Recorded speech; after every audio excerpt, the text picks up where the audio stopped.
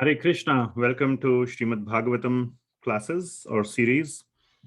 Today is 21st of August, 2021. And tomorrow is the wonderful appearance day of Lord Balaram, which is Balaram Jayanti. It is also celebrated in many places as Raksha Bandhan or Rakhi, where sisters tie this sacred knot or, thread on the hands of the brothers. And otherwise, the Vaishnavas celebrate it as Lord Balaram Jayanti.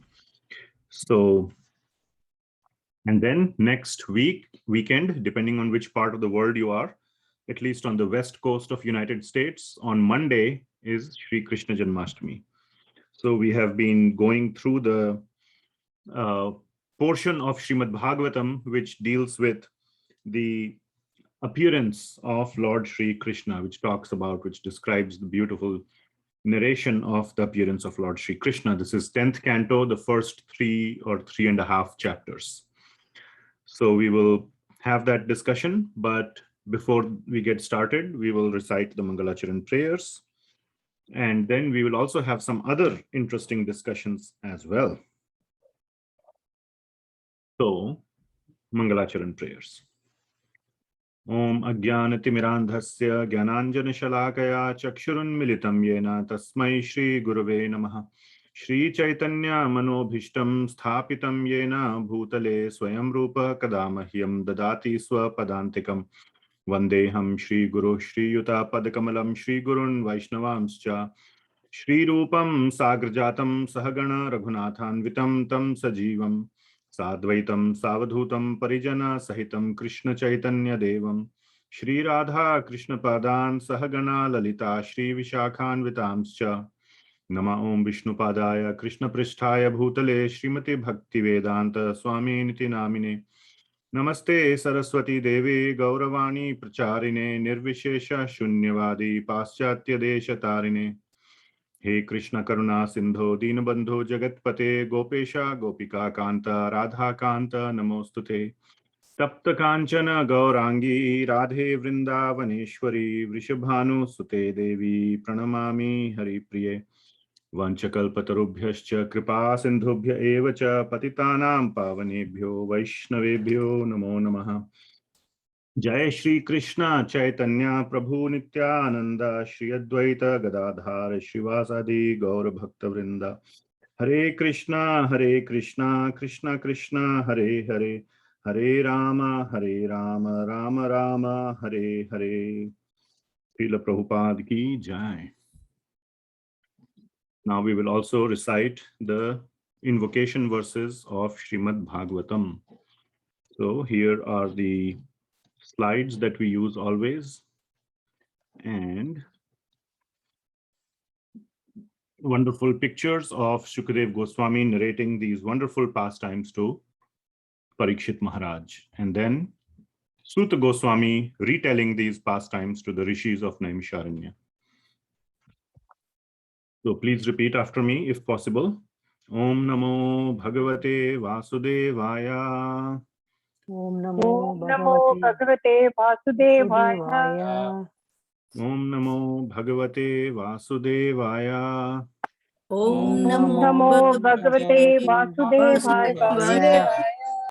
Om Namo Bhagavate Vasudevaya. Om Namo Bhagavate Vasudevaya. Narayanam Namaskrityam Naram Chaiva Narottamam Devim Saraswatim Vyasam Tato Jayam Udirayet. Nashtaprayeshu Abhadreshu Nityam Bhagavat Sevaya Bhagavati Uttama Shlokir Bhaktir Bhavati Naishtaki. Krishnaya Vasudevaya Devaki Nandanaya Cha Nanda Gopa Kumaraya Govindaya Namo Namaha. All right. So we will continue with the discussion of the advent of Lord Shri Krishna. And we discussed how, just a quick recap, the earth was burdened by the demoniac actions of all the demoniac rulers who had taken over the earth. And then Mother Earth approached Lord Brahma to ask for a solution. Lord Brahma also could not find a solution, so he went to the shores of the Kshir Sagar, or the ocean of milk, and prayed to Lord Vishnu over there. And then Lord Vishnu replied to Lord Brahma that I will very soon appear on this planet and remove all the miseries, as well as give pleasure to all my devotees.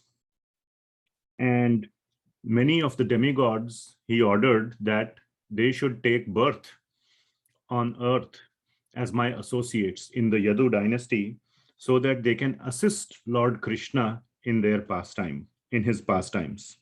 And this was a great opportunity for the demigods, devatas, to associate personally with the personal form of the Lord himself. So we will see later today in the discussion how jubilant they are. And we will also see the reason why they are so jubilant. And so they all quickly go and take birth on the earth planet and waiting for the appearance of Lord Shri Krishna. Now, in the meantime, the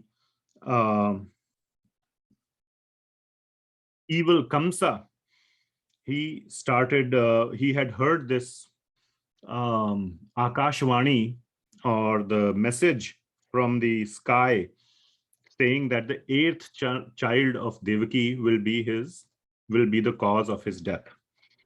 So he created oppression, or started persecuting all the members of the Yadu dynasty. And he even killed the first 6 children of Devaki.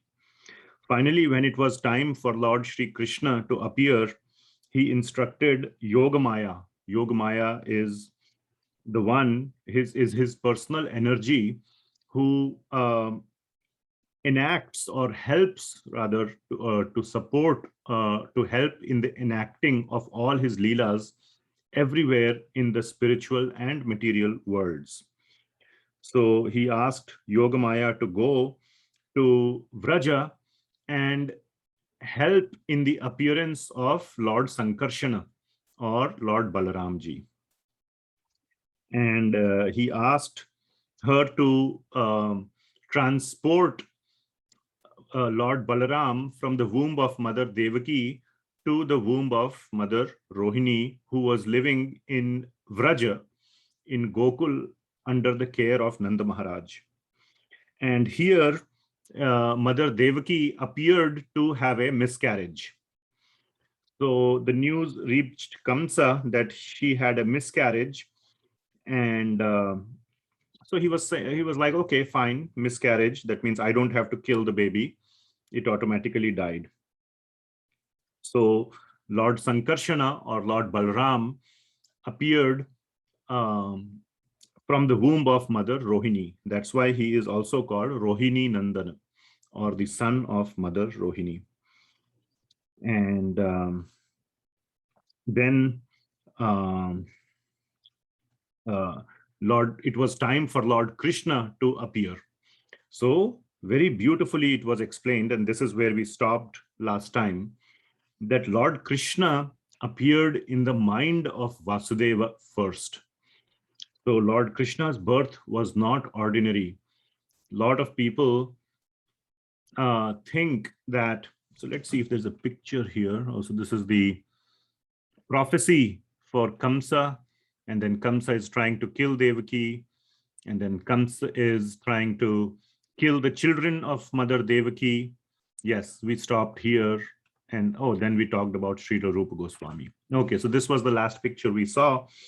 So Lord Krishna is not a human. So many atheists or so many Mayavadis say that Lord Krishna is a human or he had a human birth. He is a human being. He is a great saint, and some even call him a devata or a demigod, etc., etc., etc. All this is complete nonsense. Well, at least as far as you have faith in Srimad Bhagavatam or Bhagavat Puran, which is the most authentic source of everything in the matter of Lord Krishna. So they can claim that, oh, I claim that Lord Krishna is a human. Well, where do you read that? Not from the most authentic source, from my self-manufactured source. Well, that's fine. Self-manufactured source, you can say Krishna is a human, and you can also say you are God. I am God, Krishna is human. You can do what, you can say whatever you want. That does not have any value. And we can have a longer discussion about the authenticity or the authority of scriptures or Shastra, etc. So anyway, according to Srimad Bhagavatam, Lord Krishna's birth was completely transcendental. So Lord Krishna first entered the mind of Vasudeva, and Vasudeva became bright like the sun. He was glowing. And then from the mind of Vasudeva, Lord Krishna entered the mind of Devaki. So you can see how Lord Krishna is enacting his appearance. And from the mind of Devaki, Lord Krishna went into the womb of Devaki. Not how normal children are born. And Devaki, when she was carrying Lord Krishna within her, imagine everything is within the Lord. Everything is within the Lord. Mother Yashoda saw the mouth of Krishna in the Mrig Bhakshana Leela, where he was eating mud. And she saw the entire cosmic manifestation in his mouth. That Krishna within whom the whole universe exists now was within the body or within the womb of Mother Devaki. How beautiful.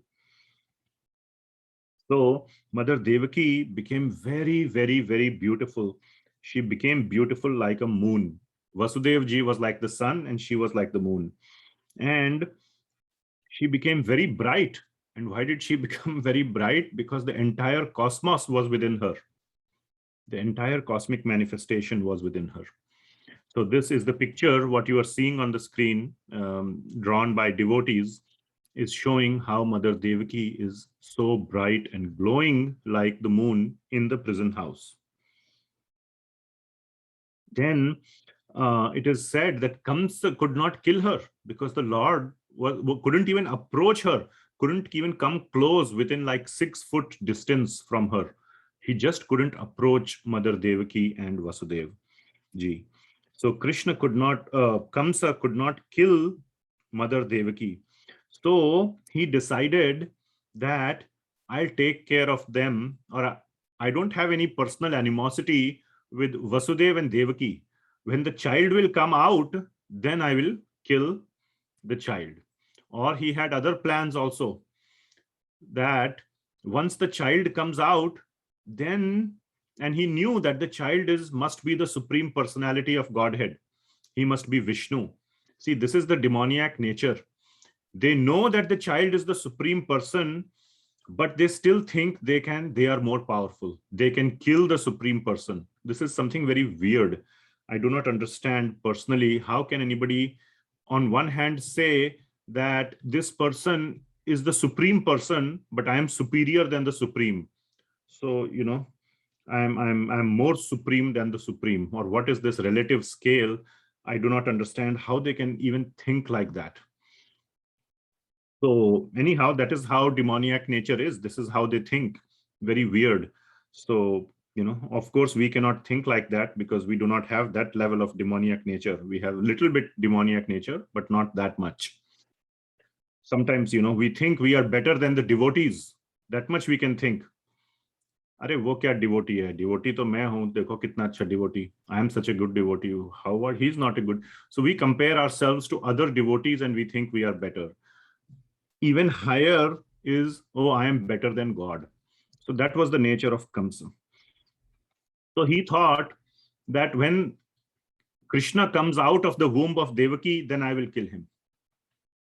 or he had other ulterior motives. If I cannot kill him, I know that Devaki and Vasudeva are the parents, and Krishna will be very affectionate towards the parents, so I will take hostage. All criminals think like that. If you see, if they cannot get what they want, they will capture hostages. They will capture somebody that the powerful person loves.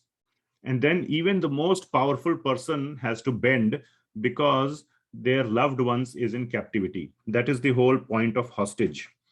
When you take hostage, then, the whole extreme superpowers also have to bend. So he had all these plans made out, and so he was waiting for Lord Krishna to appear. So he decided, let me not kill them right now. He could not, but he gave up that idea of killing Devaki and Vasudeva. And here is the beautiful thing. During that whole time of pregnancy of Devaki, of Mother Devaki, Kamsa became completely 100% Krishna conscious. How did he become 100% Krishna conscious? Always thinking about Krishna, how to destroy him. Exactly. So he became Krishna conscious, but in the exact opposite way. Krishna conscious because he was always thinking of Krishna. Man manah bhava mad bhakto. Mad manah.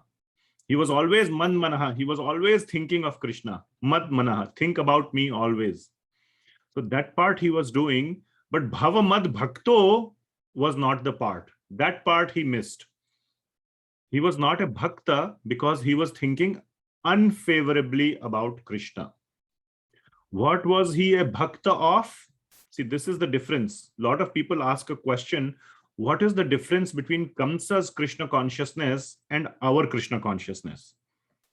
He was also thinking all the time about Krishna. We are also thinking all the time about Krishna. Fine, he was thinking unfavorably, fine. But he was thinking about Krishna. Isn't that a good thing? There is a difference. The difference is when devotees think about Krishna, they are trying to please Krishna. Krishna is the object of sense gratification. They want to gratify Krishna's senses. They want to make Krishna happy.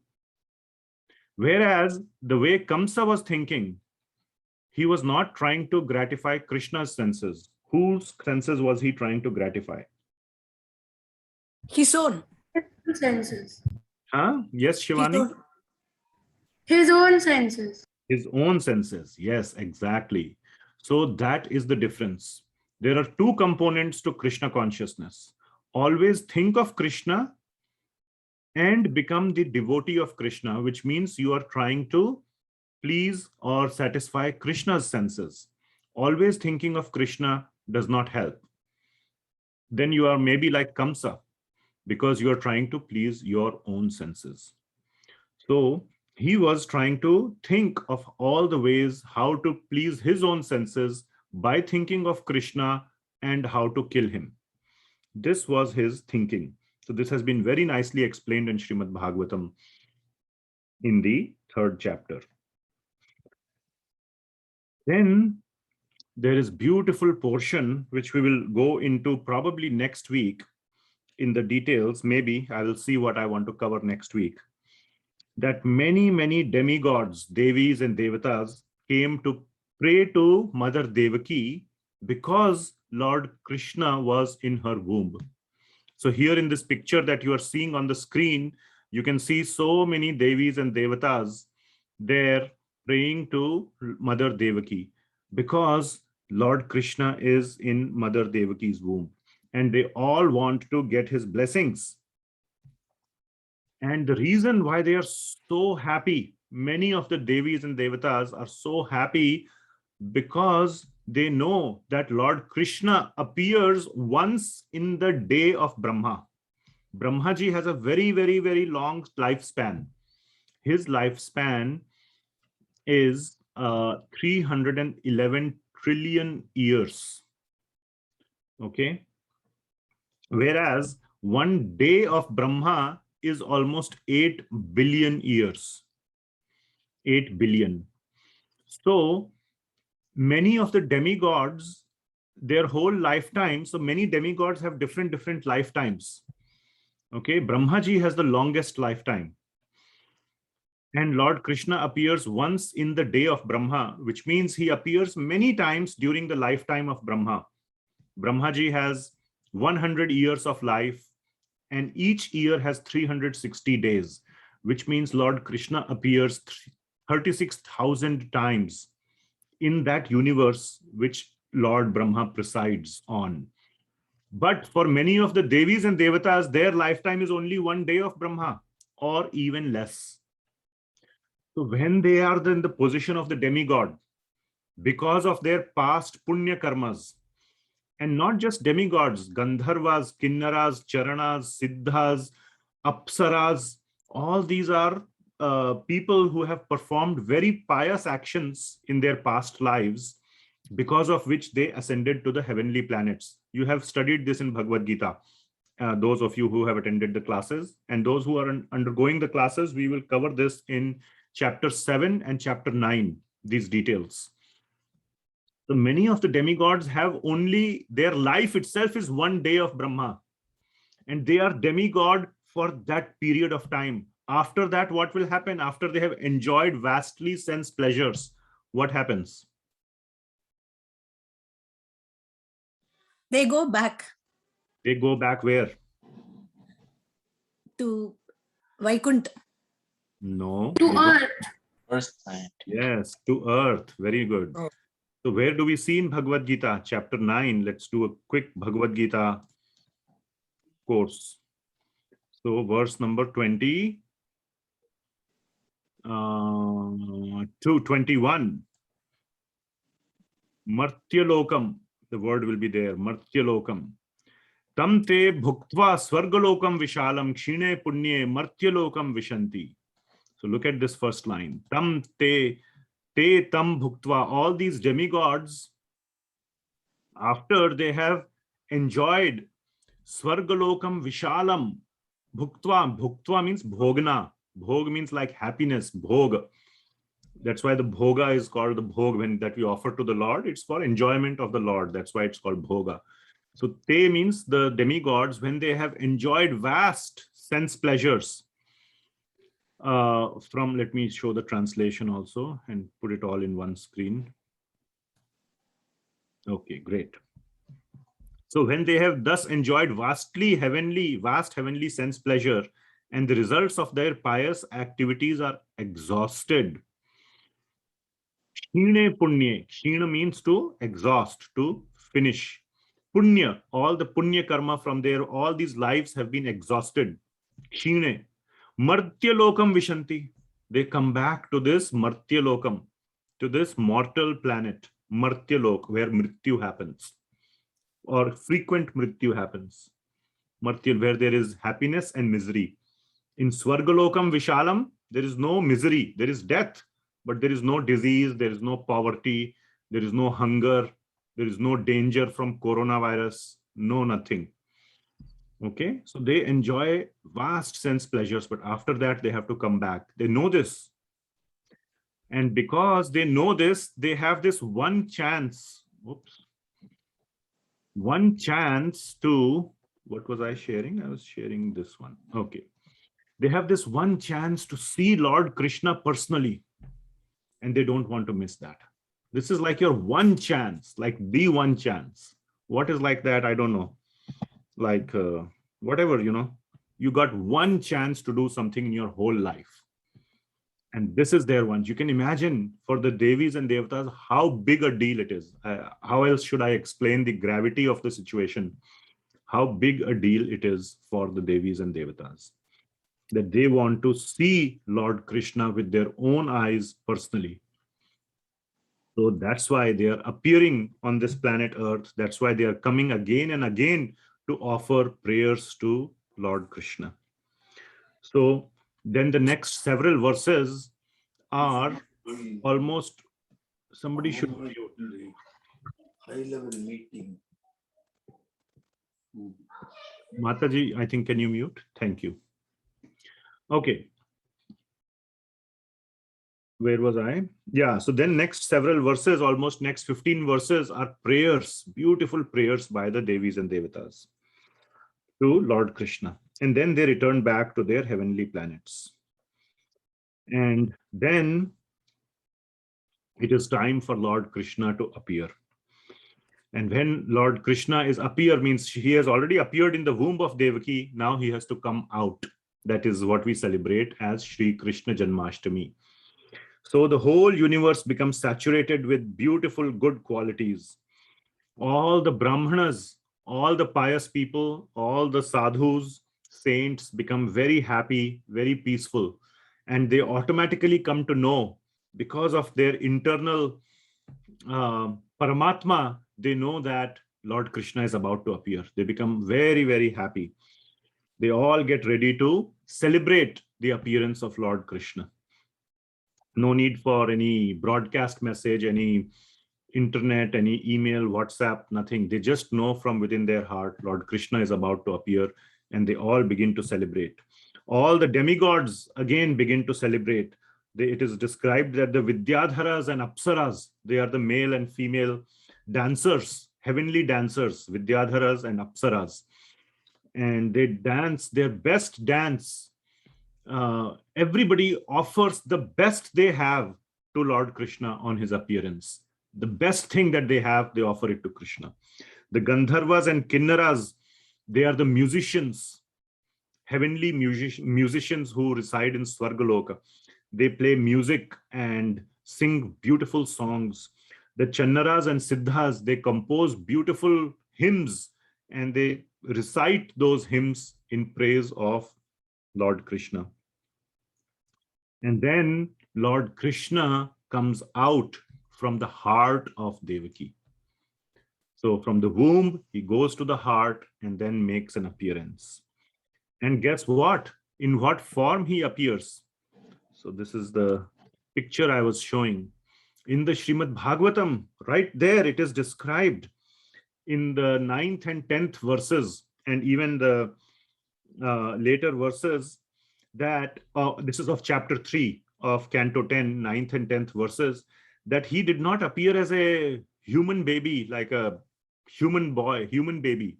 He appeared in a little form, in a small form, but in the Narayan form. So this is the baby Narayan form. What is shown here at the bottom. So this picture is showing Lord Narayana's form, but as a baby. And it is described, he had 4 hands, Chaturbhuja, not 2 hands, 4 hands. And he had the Shankh, Chakra, Gada, Padma in his 4 hands. He was wearing yellow garments, as Lord Narayan always wears. He had the waist belt, the armlets, bangles, ornaments, his mukut. He was fully adorned. And in that fully adorned form, he appeared. Have you ever seen a baby appearing with clothes?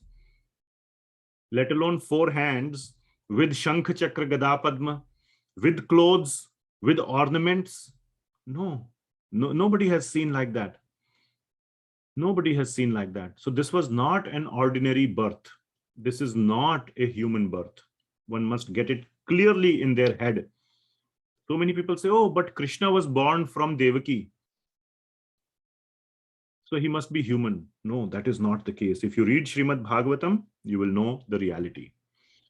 And Vasudevji, when he saw this, immediately he knew this is the Supreme Lord Narayana who has appeared. So he could clearly see Lord Narayana. And he was in the prison, but as a father, he's the father. And this is a moment of great joy. He is in the Vatsalya Ras. Vatsalya means parental affection.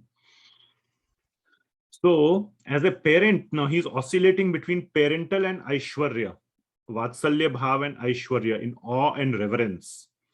So he is realizing, oh my God, the Supreme Lord has taken birth as my child. So he is kind of in that mixed mode of Vatsalya and Aishwarya. And from the Vatsalya standpoint, as a parental affection, he donates. Now he's celebrating. How to celebrate in prison? How can you celebrate? You can just clap your hands, you can jump and feel happy. That's the most you can do.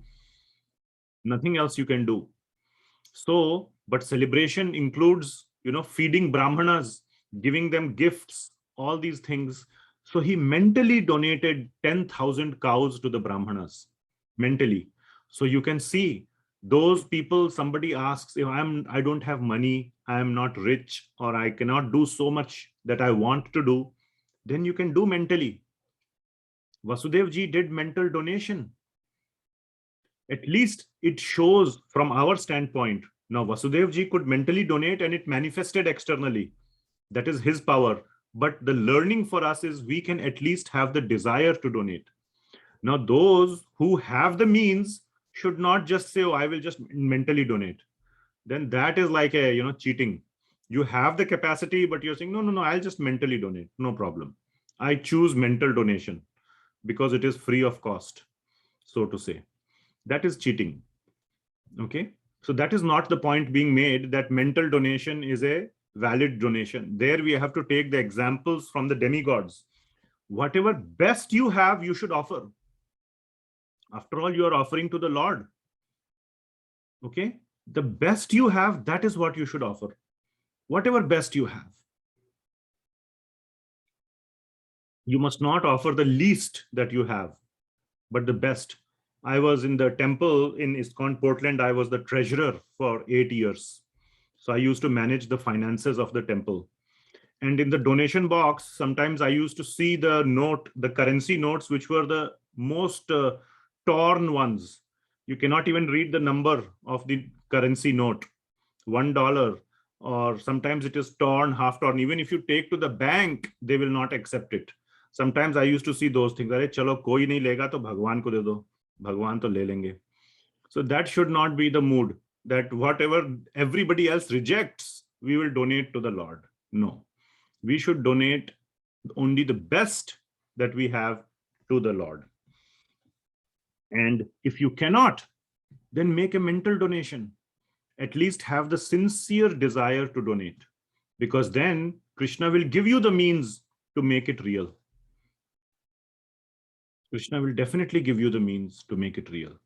To serve Krishna, if we have the desire, Krishna always fulfills such desires. But when we want to serve ourselves, then Krishna only gives what we deserve based on our credits, our pious credits that we have. Then we can get. Otherwise, we cannot get more than the credits. But for the Lord gives as much as way beyond what you deserve, so that you can serve him and serve other devotees. So this is the great learning from this portion of Vasudev ji offering mentally.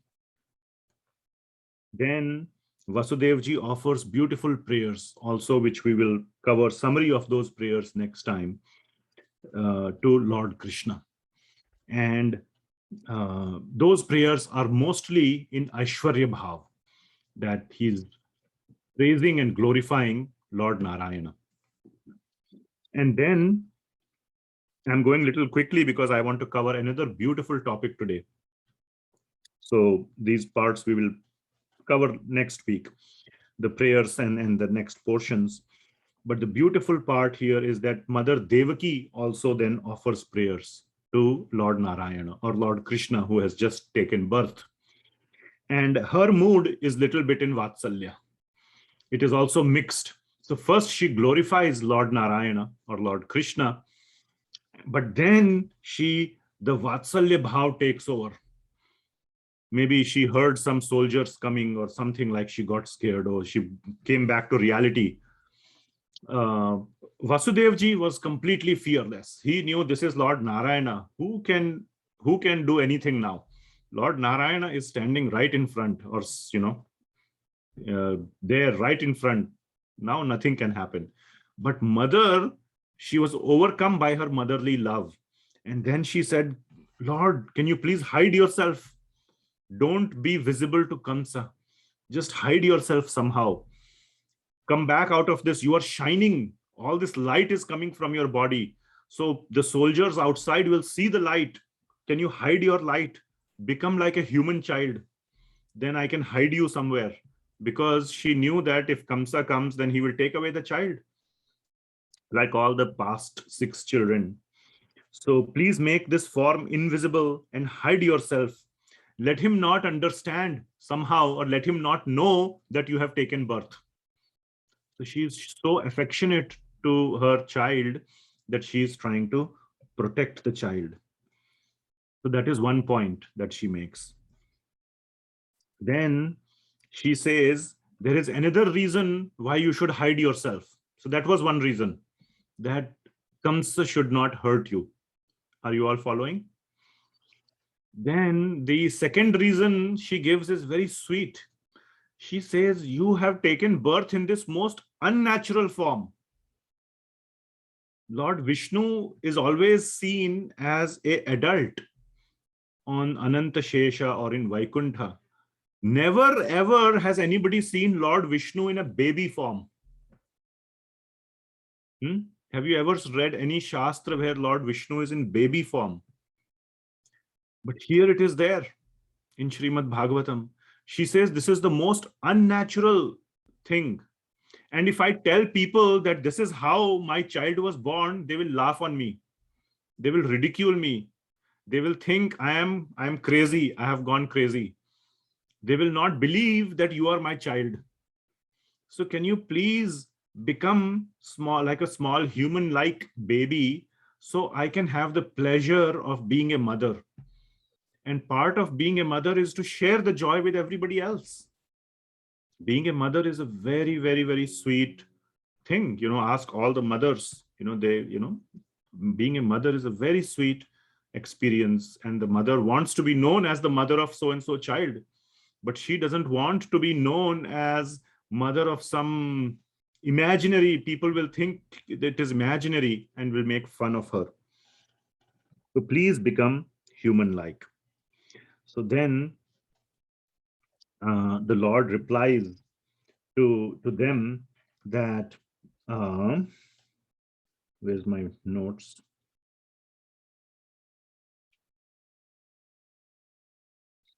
So Lord Krishna begins, or Lord Narayan becomes replying. He first glorifies that the devotion of Mother Devaki and Vasudevji. And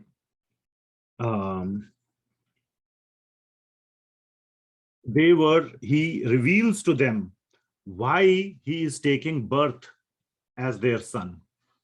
So he says that in your past life, you were Prishni and Sutapa. They were the original Prajapatis.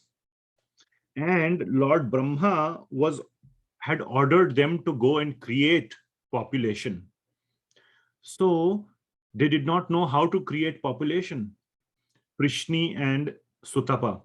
So they did tapasya, they did austerities, very severe austerities. And like that, they did a lot of tapasya for 12,000 years, 12,000 celestial years, or heavenly years, which are much longer than earthly 12,000 years. And then I appeared in front of you at that time and asked you for a benediction. And then you said that they said, Prishni and Sutapa, who are now Vasudeva and Devaki, they said, we want you as our son. They expressed that desire. So Lord Krishna said, no problem, I will become your son. And you have asked for only once, but I will give you more than what you asked. I will become your son 3 times, not just once, but thrice. So he says, this is the 3rd time when I am becoming your son. And now I am becoming your son as the original Krishna, as the original, in my original spiritual form, Krishna. In the previous 2 lives, first time I was Prishni Garbha, That's another incarnation of Lord Narayana. And then second, he became Vamanadev. And at that time, Vasudevji and Devaki were called, what were their names? I didn't write this down. Aditi and Kashyap. So you were born as Aditi and Kashyap, and I appeared as Vamanadev. And now I am appearing again as Krishna in your as your son. And like that, he conveyed to them that why I took the form of Lord Narayana. He says, I took the form of Lord Narayana so that I can share this with you, that your boon or your the blessing that you had asked for is now fully completed. And now I will convert myself to a small baby, but I came in this particular Narayana form so that you can realize what is my original identity, that I am the Supreme Personality of Godhead. And then having said that, he became a small baby, and that is the sort of the appearance of Lord Shri Krishna. So Lord Shri Krishna Bhagavan ki jai. So we will continue this pastime next week, and we will share the rest of the story, and we will conclude on next Saturday, which is 2 days before Janmashtami, the rest of the story of how Lord Krishna was transported to Gokul and how all that, the remaining part of the pastime happened. Okay. Now, one thing I must say for next week is I will not be in Portland. I will be in Boston. So I will still, I'm going to drop my son. He's starting his college. So I will be in Boston and I will do the class from there. So I hope that, my internet and everything will work. I did, like, you remember, one class from my car a few weeks back in a park. So I have no problem. It should all work, but I'm just letting you know that, that's what will happen next week. Okay. So that is the appearance of Lord Shri Krishna. It is 6:45. I just wanted to, stop at 6:45 and use the next 30 minutes perhaps to discuss another beautiful pastime. And this is the pastime of Gauridas Pandit. Gauridas Pandit is a very, very, very close associate of Sri Chaitanya Mahaprabhu. And this Thursday, which was 2 days back, was the disappearance day of whom? If you remember last week. Rupa Goswami. Exactly, Sri Rupa Goswami and Gauridas Pandit. See, on these auspicious days, all the saintly people, all the Vaishnavas, they appear and they disappear. Everything like that happens on these days. So you will find days when there are appearance days of 4, 5, 6 Vaishnavas, or they disappear together on the same tithi or the same day, because these are very auspicious days. So 2 days back was Dwadashi, and that is a very important Dwadashi day, and was the disappearance of Gauridas Pandit. So Gauridas Pandit is an associate of Sri Chaitanya Mahaprabhu. I will stop sharing the screen because we have changed the topic, and then I will share again. And he is older than Chaitanya Mahaprabhu in age. And he is he's considered to be the best friend or the dearmost friend of Nityananda Prabhu.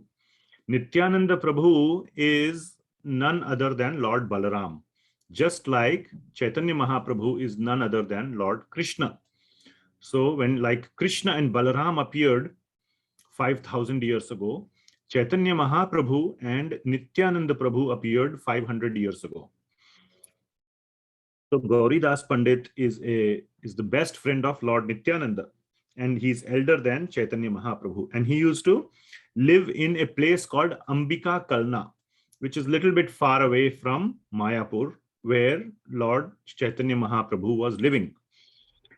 The spiritual identity as described in a particular scripture called God Gaunadesh Depika describes that Gauridas Pandit is none other than Subala. Subala is one of the 12 Gopas of Lord Krishna. So his original spiritual identity is Subala. So he is a great, great friend. Subala was a great friend of Lord Balaram. So in the same way, Gauridas Pandit is a great friend of Lord Nityananda. And he used to live in a place called Ambika Kalna. And it was separated by the Ganga river, or also the Jalangi river, that one of the tributaries or the of the Ganga river in Bengal, which separated Navadvip or Mayapur from Ambika Kalna. So Chaitanya Mahaprabhu used to visit, and Lord Nityananda used to visit Ambika Kalna very often. And very beautifully, one time Chaitanya Mahaprabhu gave a rowing paddle, the paddle that you use to row the boat. He gave that paddle to Gauridas Pandit. And he said that I have used this paddle to cross the river. And he gave an instruction to Gauridas Pandit that you also use this paddle to make other people cross the ocean of material misery. And that paddle is still present. If you go to the temple of Ambika Kalna, is still present in the temple. And you can see that paddle, or a portion of that paddle is present, that Lord Chaitanya Mahaprabhu personally gifted to Gauridas Pandit in the temple in Ambika Kalna. So, Gauridas Pandit had a very, very close and intimate personal relationship with both of them, with both Lord Nityananda and Chaitanya Mahaprabhu. And every time they used to visit him, he would make nice prasadam, offer them, feed them with his own hands. His entire life and soul was dedicated to Sri Chaitanya Mahaprabhu and Nityananda Prabhu. He was always absorbed in their thoughts, always. Gauridas Pandit was just a very, very great, wonderful devotee of Sri Chaitanya Mahaprabhu and Nityananda Prabhu. So this was before Lord Chaitanya Mahaprabhu took sannyas. Okay. So then, if you have read a little bit about Chaitanya Mahaprabhu, or we will discuss some other time, Chaitanya Mahaprabhu decides to take sannyas. And after taking sannyas, you are supposed to leave the place where you are living. You cannot stay there in your home and all that. So Chaitanya Mahaprabhu is contemplating whether to go to Vrindavan or to Jagannath Puri. He ultimately ends up going to Jagannath Puri to live. Of course, he visits Vrindavan. He later visits South India as well. He visits all over India, basically. But Jagannath Puri is the main place where he goes and spends the rest of his time. Anyway, so the news of Lord Chaitanya Mahaprabhu and Nityananda Prabhu reach or go to Gauridas Pandit one time. And then Chaitanya Mahaprabhu says, I'm going to take sannyas. And as soon as Gauridas Pandit hears that they are going, or he is going, only Chaitanya Mahaprabhu is going to take sannyas, but he is very affectionate to Chaitanya Mahaprabhu as well. He becomes devastated. He is completely devastated. Oh my God, you will take sannyas, which means I can't see you anymore. I can't, see you that often. I have to, give up your association. He says, that's not possible. I would rather die here right now. So he's completely devastated. And Chaitanya Mahaprabhu is trying to console him. No, it's okay. I have to do this because I have to spread the mission of Lord Krishna and so on. And like that, he's trying to console. But he's not getting consoled at all. He says, don't take sannyas. No need to take sannyas. He says, no, I have to take sannyas. He says, then I will not be able to see you. Then he says, okay, I will make a deity of myself. Then you can see me. He says, okay, fine.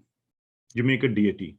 And Lord Chaitanya Mahaprabhu also says, there is no difference between my deity and me. We are one and the same. So another instruction here is that one should not have a feeling that the deity is different from God. That's exactly what Chaitanya Mahaprabhu told Gauridas Pandit. There is no difference. So let me make deities of ourselves. Okay. So Lord Nityananda and Chaitanya Mahaprabhu went and found some wood. They made deities of themselves. So those were the first, they are considered to be the first deity forms of Chaitanya Mahaprabhu and Nityananda Prabhu ever made in the presence of Chaitanya Mahaprabhu himself. So those deities were made and they brought the deities to Gauridas Pandit. They said, here are the deities. Now we will never leave you because there is no difference between the deities and me. Are you all following what I'm saying? Yes? Okay. So Gauridas Pandit has a trick up his sleeve. He has a very strong argument he is going to make. So when they bring the deities, Gauridas Pandit is very smart. He says, you said there is no difference between you and the deities. They said, yes, that's true. He said, then why don't you stay here? Let the deity take sannyas. No problem. You said deity and you are one and the same. So let deity take sannyas. You stay here. Right? The logic applies. Now Chaitanya Mahaprabhu is trapped. See, the devotee can trap the Lord. Okay? Demons want to trap the Lord, but they cannot. But devotees can trap the Lord. Who else trapped the Lord? Any other example? Famous example? Yashoda Maiya. Yes, Yashoda Maiya trapped the Lord. How did she trap? Using what? Rope in Using Damodar rope. Leela. Yes, she trapped him and bound him to a mortar, Okhli. So devotees can completely capture and trap the Lord. So Chaitanya Mahaprabhu was trapped. Then he says, okay, fine. He didn't have anywhere else to go, or he had no counter argument. Fine, I will stay and deities can go. So they stayed. Chaitanya Mahaprabhu and Nityananda Prabhu stayed, and deities actually started walking and leaving. Deities started walking and leaving. And Gauridas Pandit was like amazed, like, what is happening here? Wait. They are playing some tricks on me. Maybe those who are here are the deities, the real ones are leaving. He says, no, wait. Those who are leaving should stay, you can go. So Chaitanya Mahaprabhu said, okay. So the deities came back to him, and the original Chaitanya Mahaprabhu and Nityananda Prabhu started leaving. Then again he got a doubt. He said, wait. You who are leaving, you stay, let these ones go. I said, okay. So the ones who were staying started leaving, the ones who were going came back. Again he said, wait. Those who are leaving, come back. These ones can go. Like this, it happened so many times, he forgot which one is the deity, which one are the real ones. Till today, nobody knows who are the real, who are the deity. It happened so many times like this. Then finally he got so confused, he said, fine, you stay, you go. He didn't know, nobody knows who went, who stayed. All we know is one pair stayed, one pair left.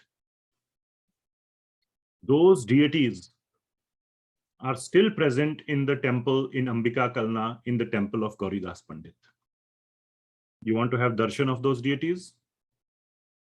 So here are those deities. We had visited Ambika Kalna many years ago. We had the great fortune of seeing those deities.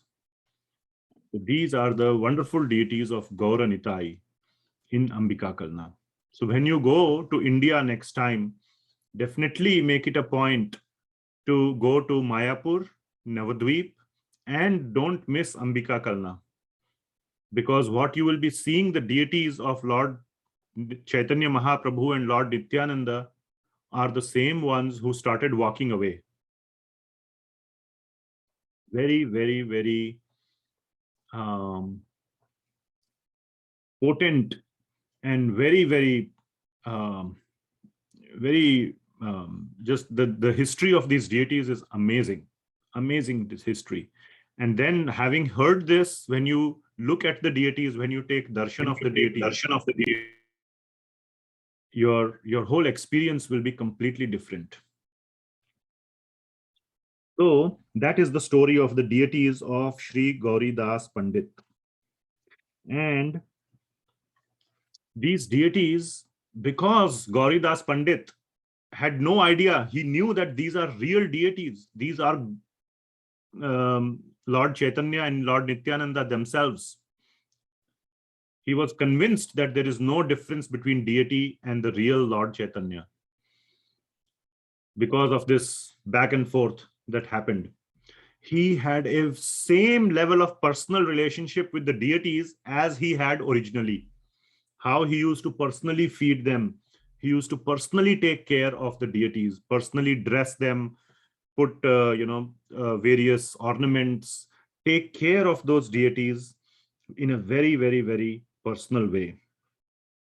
He used to personally offer the food to the deities, and the deities used to honor the food. The food used to actually be eaten by the deities. That was personally fed by Gauri Das Pandit. And he had a very intimate relationship. Sometimes the deities would, so sometimes when he would offer the food, they would eat, and then they would leave some for Gauri Das Pandit. And then Gauri Das Pandit would get the prasad. That is called prasad. Now, when we offer the food, the whole thing comes back. Whatever, if we put 3 chapatis come back. It seems that the Lord has not taken anything. Of course, he is taking, but even at a physical level, it appears he is not. But in Gauri Das Pandit's case, even at a physical level, he used to take. And he would leave some as prasad. Sometimes he would eat the whole thing. And Gauri Das Pandit would get angry. Why did you eat everything? They would reply back and say, why did you make it so nice? It was so delicious, we ate everything. He said, then what am I going to eat now? So he would go hungry sometimes because the deities would eat everything. And sometimes the deities would not like, oh, today, I'm not liking, they would leave more. Then he would say, eat quickly. What do you think? Every day I'm going to make all these sweets, all those nice things. When I make nice things, then you eat quickly. Sometimes when I don't make such a nice thing, you don't eat quickly. Come on, quickly eat. So he would have this level of personal relationship with them. They would like to go out, but he would not let them go out for long. He would say, come back fast. They would actually go out, but he would not let them go. And sometimes they would run away, and he would run behind them with a broomstick, jhadu. Come back, like a father runs behind a child or a mother runs behind a child. And he would not let them go out because he was so afraid those original ones had left, or those some 2 had left. He was afraid these 2 also should not leave me. So he was so possessive about the deities that he would not let them go out. Maybe thinking, maybe they don't come back, then I will die. Not that he was afraid of death, but that separation he would not be able to bear. So he would not let them go out. Even till today, when you go to Ambika Kalna, you will see that the altar is opened only for 1 minute and they close it. This is coming from the time of Gauri Das Pandit. He would not let the door open for too long. He would only open the door for him to go in, come out, and keep the door closed. He was so affectionate to the deities. Now, this is a very high level of bhava between Gauri Das Pandit and the Lord. We should not imitate this. So there is those who are, we have this very important distinction between following the footsteps and imitating. This is a very high level of bhav. We should never imitate great devotees. We should follow their instructions, but not imitate what they are doing or pretend to do what they are, try to enact the same things that they are doing. So don't tell the Lord in your house, if you have deity, eat fast. or something like that. In a very mood of servitude, we have to serve the Lord, not in the mood of Vatsalya or a father or an elder. Anyway, so these are the wonderful deities of Ambika Karna. You want to hear another beautiful story about Gauridas Pandit? Yes, no? Yes. Yes. Okay, very nice. So Gauridas Pandit had a disciple of the name Chaitanya Das. Okay, so he had a disciple like that, Chaitanya Das, because Chaitanya, he was a servant of Lord Chaitanya. So Chaitanya Das was very, very dear to Gauridas Pandit, and Gauridas Pandit was also very dear to Chaitanya Das. So one time it so happened that Gaur Purnima was arriving. Gaur Purnima is the appearance of Lord Chaitanya Mahaprabhu. Just like there is Janmashtami, which is the appearance of Lord Krishna, Gaur Purnima is the appearance of Chaitanya Mahaprabhu. It comes in sometime in the month of April. Of course, it happens on a Purnima day, full moon day, because that's why it's called Gaur Purnima. And Gaur Purnima was going to arrive. So, of course, Chaitanya Das was wanting to celebrate Gaur Purnima nicely. Gauridas Pandit had gone out for some work for a few days, and Chaitanya Das was serving the deities and taking care of all the things in the temple. And he was wondering what to do for Gaur Purnima, and especially in terms of sending out invitations to all the devotees for the celebration, etc. He wanted to take the permission of his guru, Gauridas Pandit, but he was not available and he was not returning from wherever he had gone. So Chaitanya Das sent out the invitation to hundreds of devotees on his own. He thought there is no time left, and if I don't send out invitations, make the preparation, planning, then it won't happen on time. So he did the planning on his own. Then Gauridas Pandit came back like 2 days before before Gaur Purnima, and he came to know that Chaitanya Das has already done all these preparations, and he did not like it. So why you did all these preparations without asking me? And not only you did the preparations, you did so much preparations, not preparations, but planning. Where will we get the money to do all this preparation? What will happen now?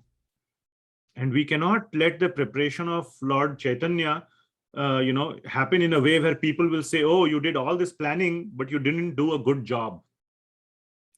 So he was concerned about all that. So he scolded his disciple Chaitanya Das. Chaitanya Das became very sad. So he went and, he was thinking what to do. He was sitting on the bank of Ganga River or the Ganges River, and he was thinking what to do. Then one rich person came, one rich merchant came and made a big donation to him. He said, I was wanting to make this donation. So, when this is again connects back to the thing, when devotee desires to serve the Lord makes the arrangements. Okay. So his desire was to serve the Lord by having a great celebration for Gaur Purnima. It's not for his sense gratification, it's for the Lord.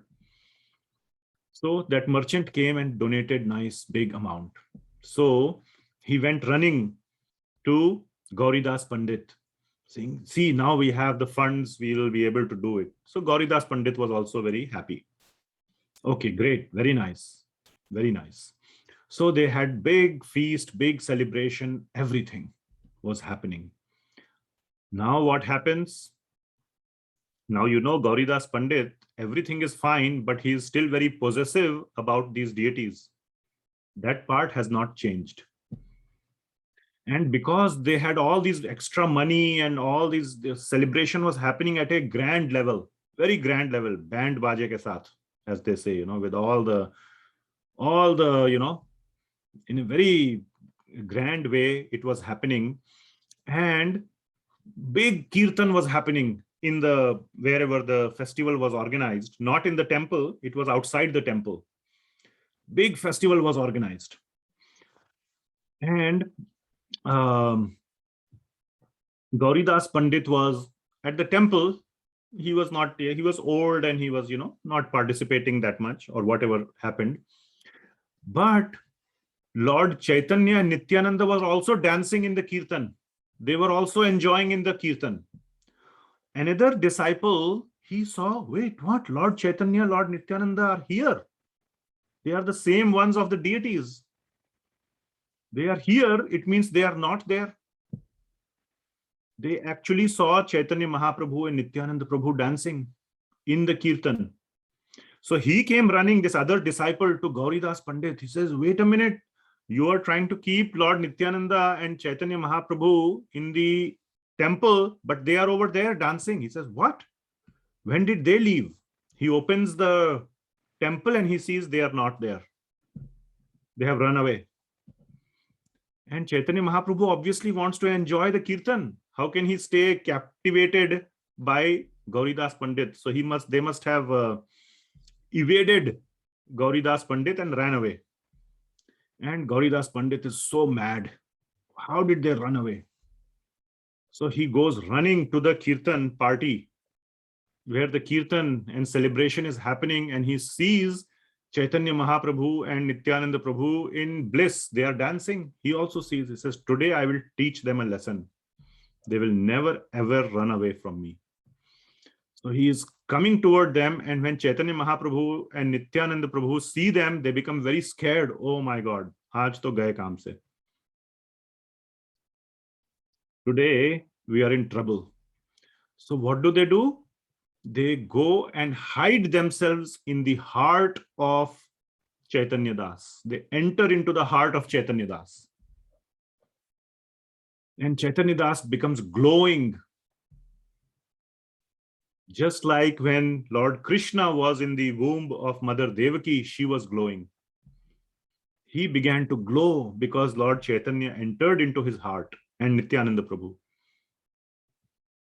And then Gauridas Pandit realizes, oh my God, Chaitanya Mahaprabhu and Nityananda Prabhu love my disciples so much, they took shelter in his heart. So all his anger vanishes, and he also takes part in the kirtan, Gauridas Pandit. He was sitting there in the temple.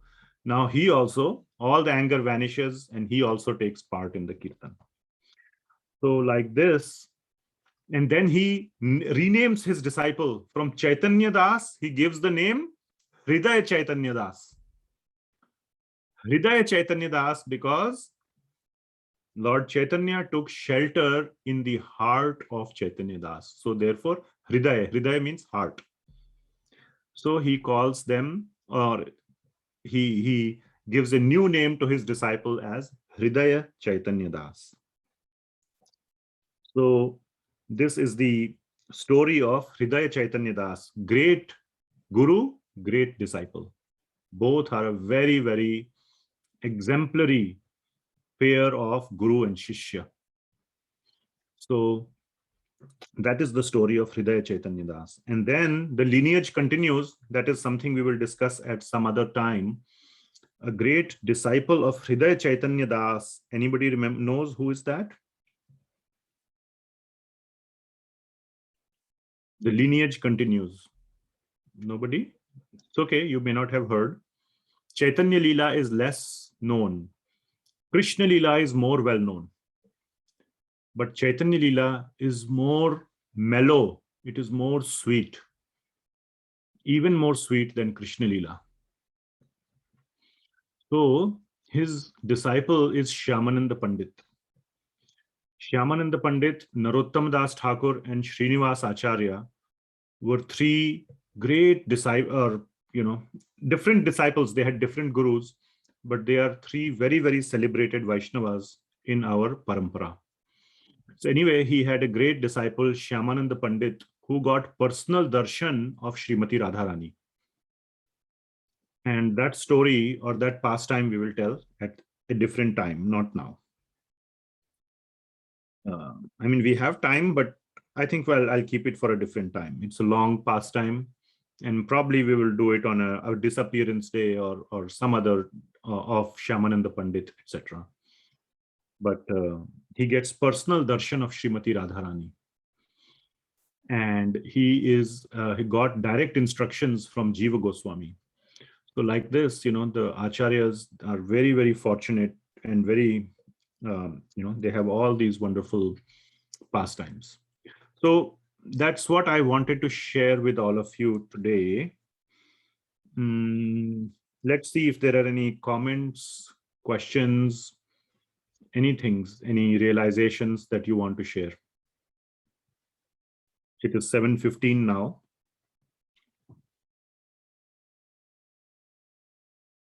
Anything, anyone? Hare Krishna, Prabhuji. Yes, Hare Krishna, Madhav. Yeah, so I had one question regarding what you said about the mood of service which we give to the Lord.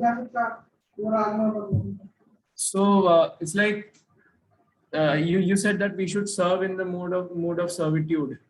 But if from personal experiences and experiences of other devotees as well as Shivani, she has had very profound experiences on this. So it's like when we serve in the mode of servitude, then it happens like, okay, he is God. Why does he need food? Why, like he is self-sufficient. He's Atma Ram. So I don't really need to feed him. But when we serve them in the mode of as you said, Vatsalya. So it's like, okay, my deity, if I don't give him food, then he'll not get food. Then how will he survive without food? So it's like more, there is more service when we serve in this mode of Vatsalya. And when we serve in the mode of servitude, the tendency to serve kind of diminishes because we think that he's God. Why he doesn't need our service as such. So how do we bridge the gap? There is a difference between Dasya Bhav and Aishwarya Bhav. He is God. That is true. He is God. And we are the servant. But there is a subtle difference between Aishwarya Bhav. He is God. Oh my God, he is God. He needs to take care of me, or I need to take his shelter. I need to hide under his feet. So it is me who wants something from him. I want the shelter of his feet. Okay. So you're not asking for, give me money, give me this, give me a job. Not like that. But at least you want the shelter of his feet, which is great. But that is when you see the Lord as, in Aishwarya Bhav, in awe and reverence, with lot of, oh my God, kind of feeling.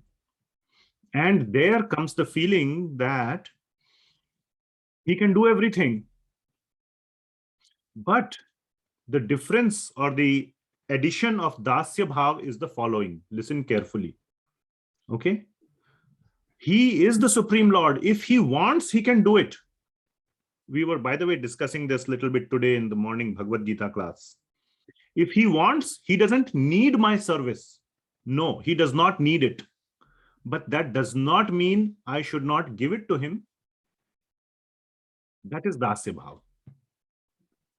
Srila Prabhupada explains this nicely as, a very rich man. He gives the example of Rockefeller. He was the richest man. He was like today's Bill Gates or Jeff Bezos or whatever, the richest man at that time, 100 years or whatever, 50 years ago. And he says that Rockefeller doesn't need any sweets. Does he need sweets? From his son. He can buy whatever he wants. He can buy the whole factory of sweets. He can buy the whole company which produces sweets. What to say about one sweet? But the son, when he wants to give his father a sweet, he feels that is a reciprocation of the relationship between the son, or you can say in servitude, to the father.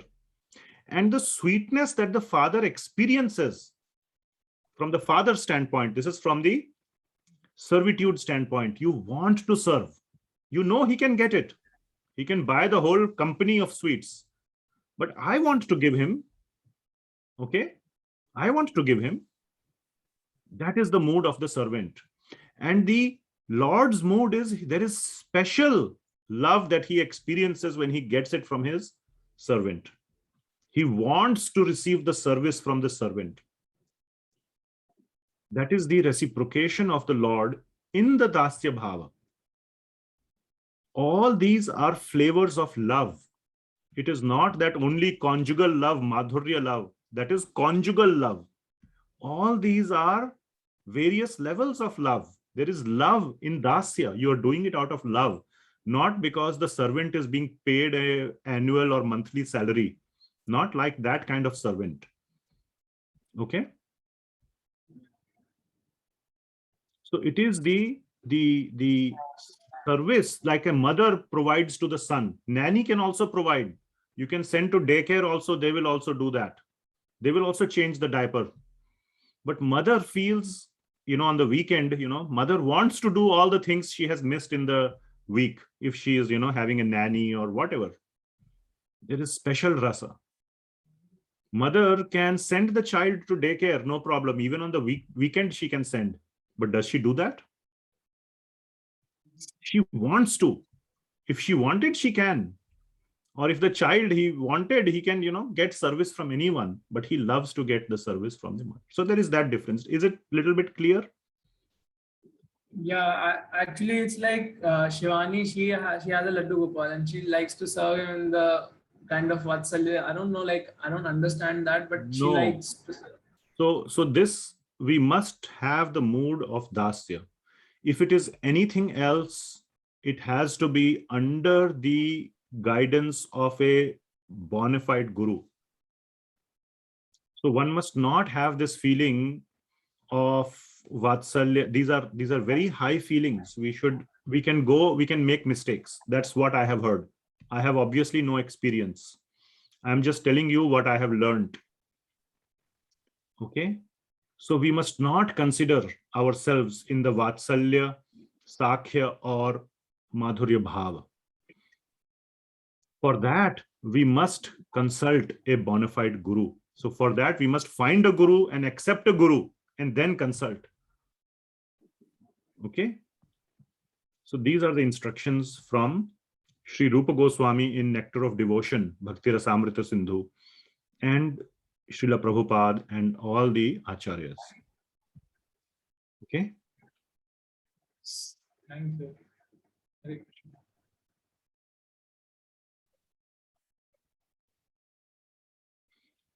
Anything else?